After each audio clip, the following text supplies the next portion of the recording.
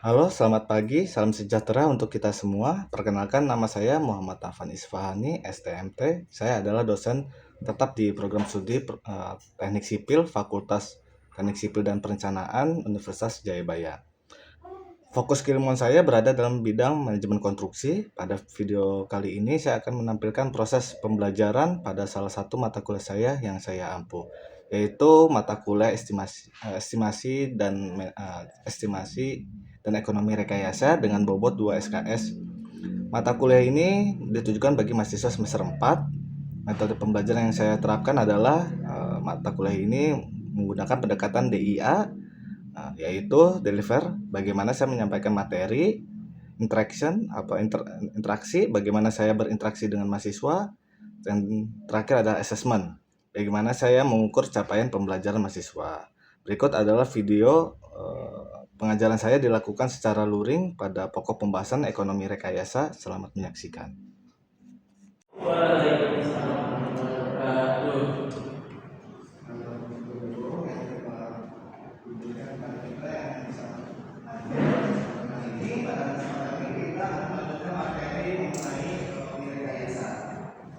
Apa yang dimaksud sama ekonomi rekayasa ini tahu? Apa sih yang kita pelajari ekonomi rekayasa?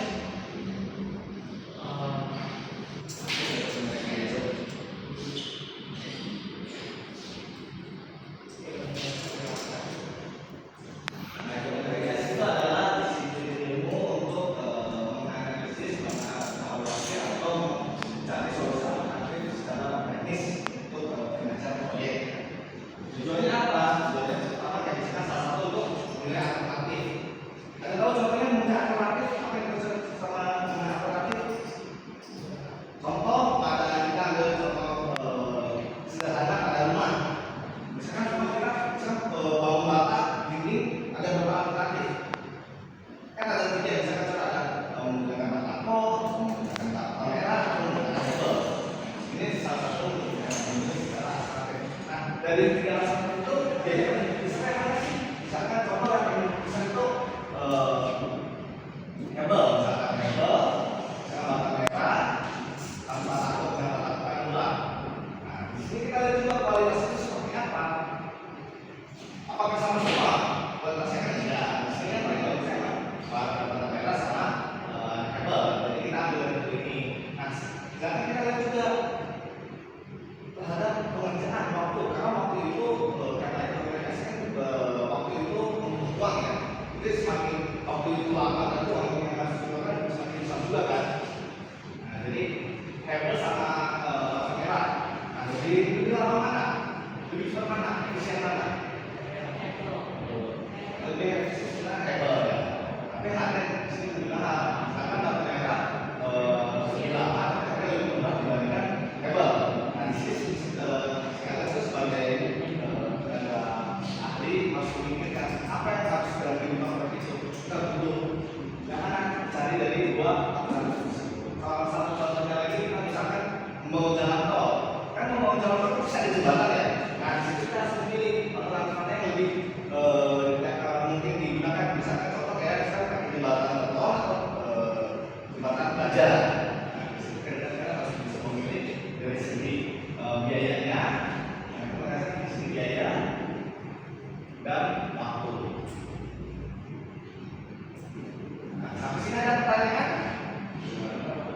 Nah, masih gampang kan? Sudah apa? Untuk optimalkan penggunaan dana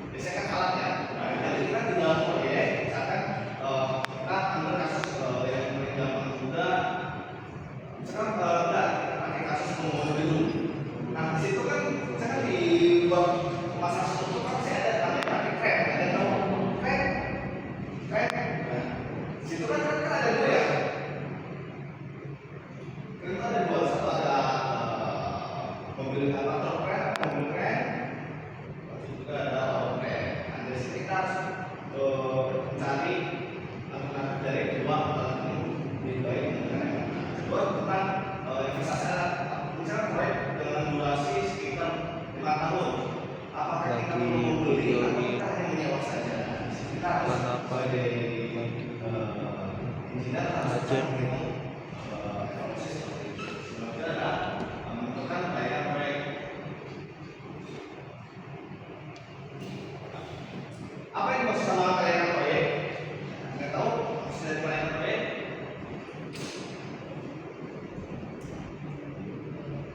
Jadi dari kita investasi itu nanti hitung semua ini, apakah proyek itu masih bisa diberlangsungkan atau enggak? Jadi dari resiko-resiko yang ada, kita harus bisa menentukan apakah proyek ini bisa berjalan atau tidak. Di situ akan menghasilkan proyek yang bisa berjalan, oke, masih berjalan. Nah, dari hasil semua analisis ini akan menghasilkan memaksimalkan keuntungan.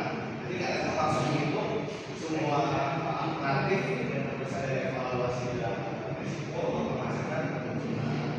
Sampai sini paham? Paham. Nah, selanjutnya di dalam ekonomi itu ada apa aja sih? Nah, kita itu ada apa namanya konsep biaya dalam waktu atau artinya Wisma ini kan. Di dalam situ ada dua, satu ada single payment, ada juga annuity payment. Anda tahu perbedaannya nggak single payment sama annuity payment? Nggak tahu perbedaannya? Single payment dari bahasa artinya aja, single payment satu pembayaran aja yang hanya dibayarkan pertama di awal. Atau kita bisa pakai contoh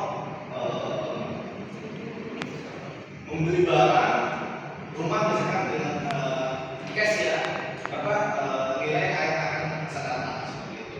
Kalau annuity itu lebih kayak menabung atau cicilan, bilangnya cicilan. Jadi kita tuh bayar mungkin berapa jangka waktu berapa lama, nah itu yang gitu. Nah, jika payment juga ada dua, yang satu ada present value,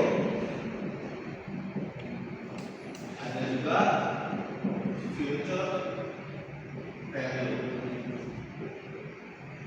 Ada tahu perbedaannya present value sama future value? Present sekarang. Maksudnya dari sekarang apa? Nah, maksudnya sekarang tuh misalkan contoh saya sebagai usaha atau pemilik usaha misalkan 5 tahun ke depan, 2 tahun ke depan akan membeli investasi sebuah alat atau sebuah membuka proyek baru. Saya membutuhkan angka misalkan itu investasi 2M untuk 2 tahun ke depan, contoh 2 tahun ke depan. Nah, berarti kita hitung sekarang harus berapa kita spend money apa investasi sekarang itu berapa? Sampai sini paham? Jadi uang yang sekarang itu harus dibutuhkan berapa? Ada 2 tahun ke depan itu menghasilkan 2M. Nah, asalnya ada future value. Apa future value?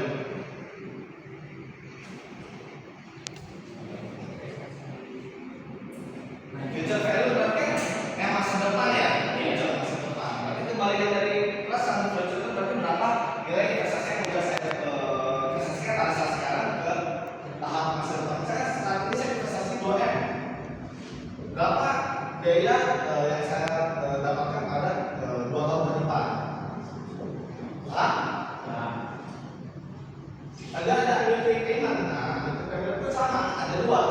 Yang satu ada present annuity, yang kedua ada value annuity. Tahu perbedaannya? Nggak tahu?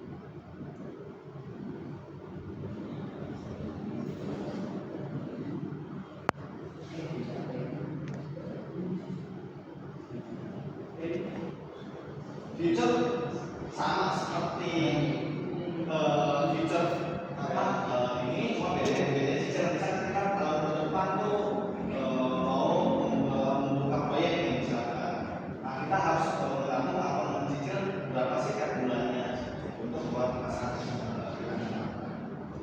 Sampai sini ada pertanyaan nggak? Oh, masih gampang lah ya. Yang agak susah tuh biasanya di soal. Ini udah bisa hapus. Ada dicatat belum? Udah.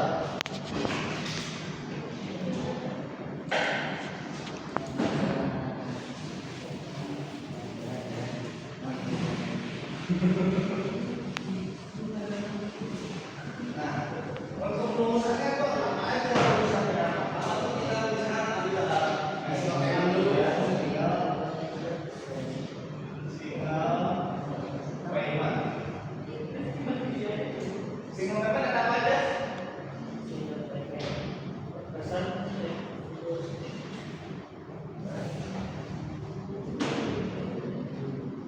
Present value.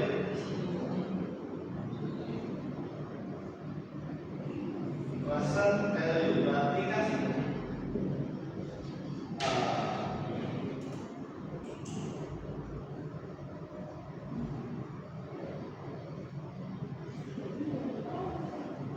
P sama dengan future F dibagi 1 dibagi N. Sekarang tanya apa itu? Kita sampai di sini aja.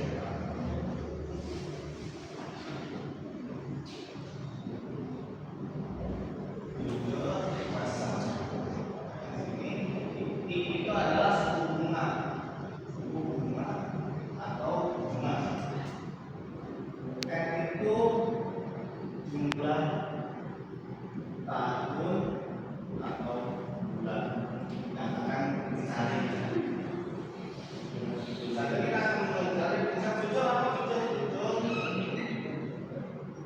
value berarti kan F dengan P 1 D. Maksudnya ada mengerti? Ini future itu yang bisa diketahui itu buat yang akan datang, itu bisa investasi yang saat sekarang.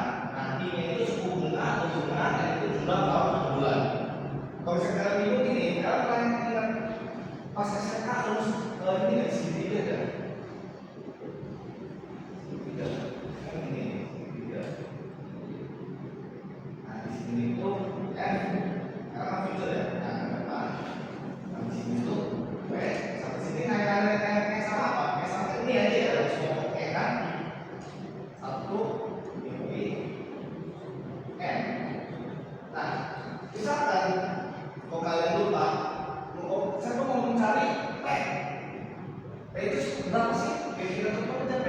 P itu berarti F bagi 1 bagi suku bunga kali berapa bulan. Sekarang kalau mau mencari F berapa?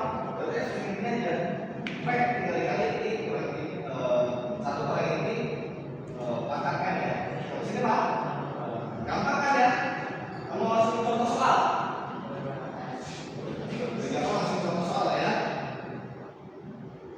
Nah, ini sama aja harus pembayarannya. Dan kita pakai durasi waktu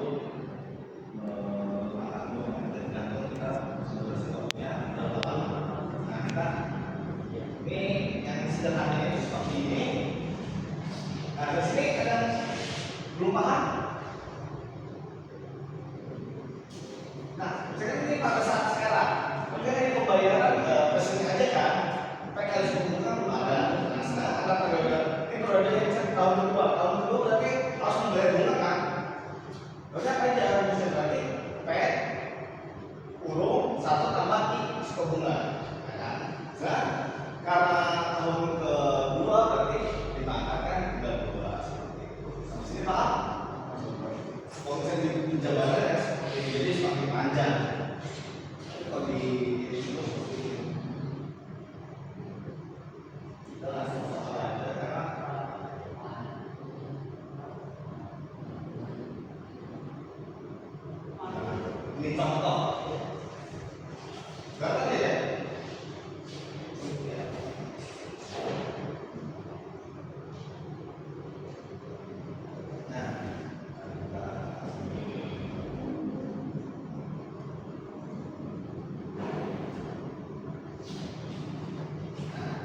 PT bebas untuk membeli suku atau obligasi syariah pemerintah Indonesia 2012 sebesar 13,5 miliar.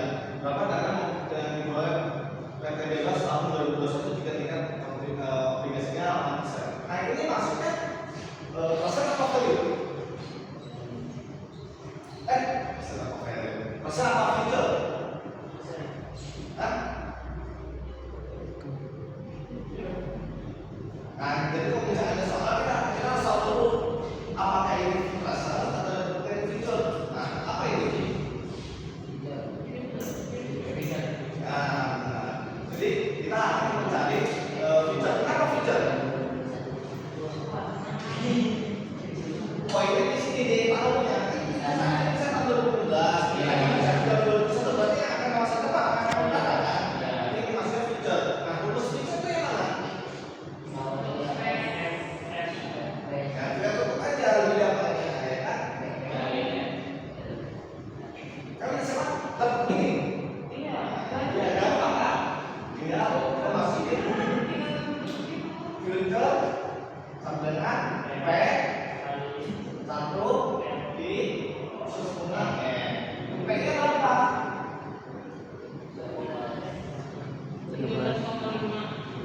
P itu kan berarti persen apa investasi saat ini kan? 3,5 miliar. 13,5 miliar kali kan? 1 kurangi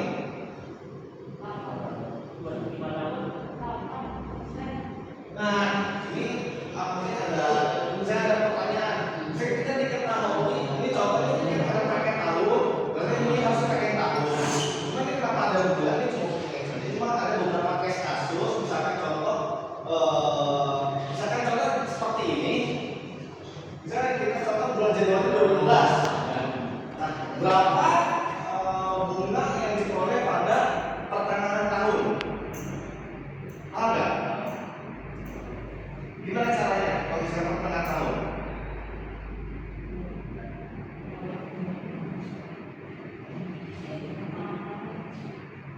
Nah, ada dua cara sebenarnya kalau misalnya kita tabuli ya tinggal isi aja. Jadi tinggal 1 kurangi 0,7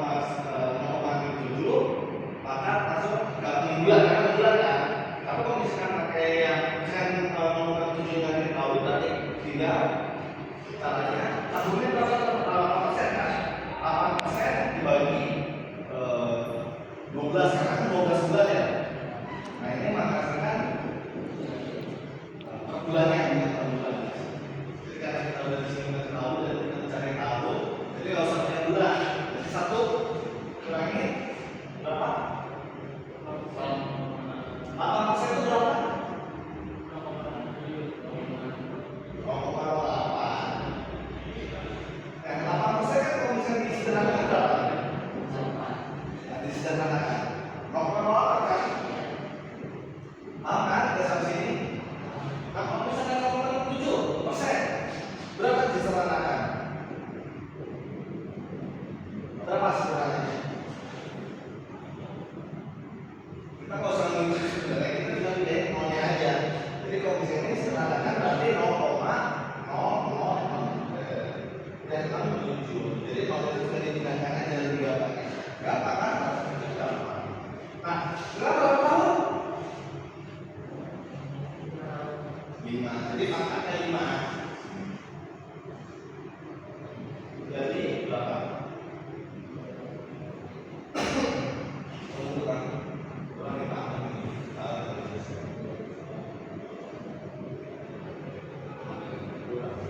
jadi berapa? 13,5 1,08 pangkat 5. Nah, ini berapa nih?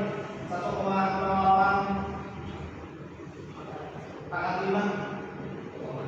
Tapi tahu pangkat itu berapa kali ya?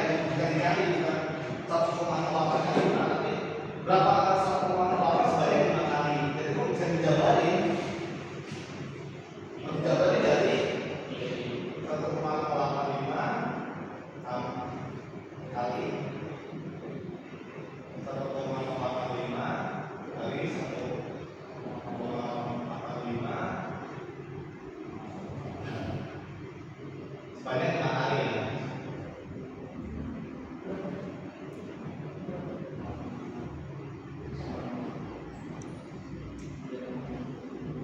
Berapa hasilnya? 11. Enggak, yang 1,085 pangkat 5 aja dulu. Oh, 3,375. 13,5 kali 3,375.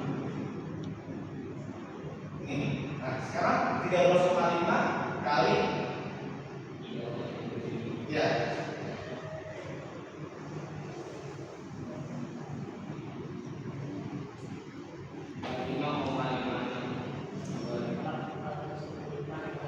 Berapa?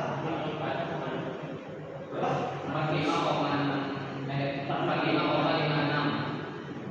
45 miliar.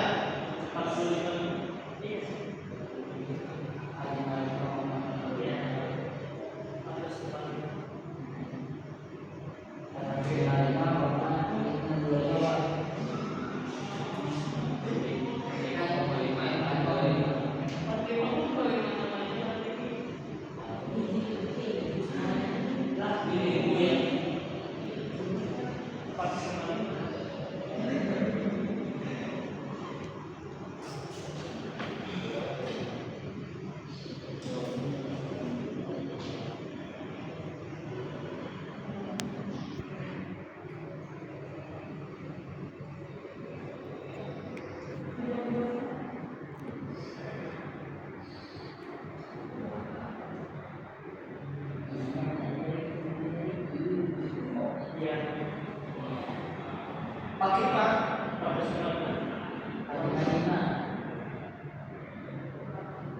400.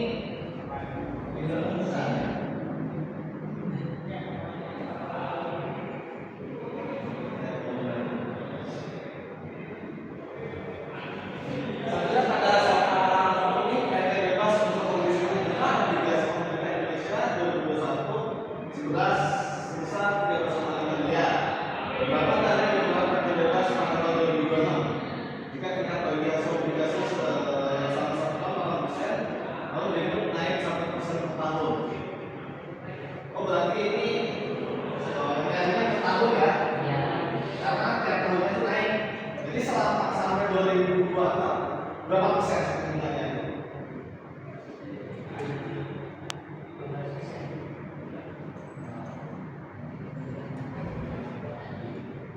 Berarti 13% ya?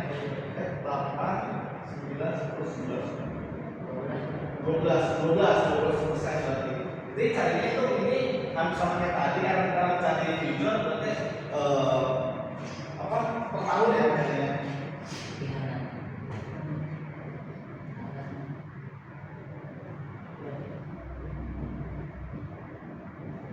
Sampai sini ada pertanyaan?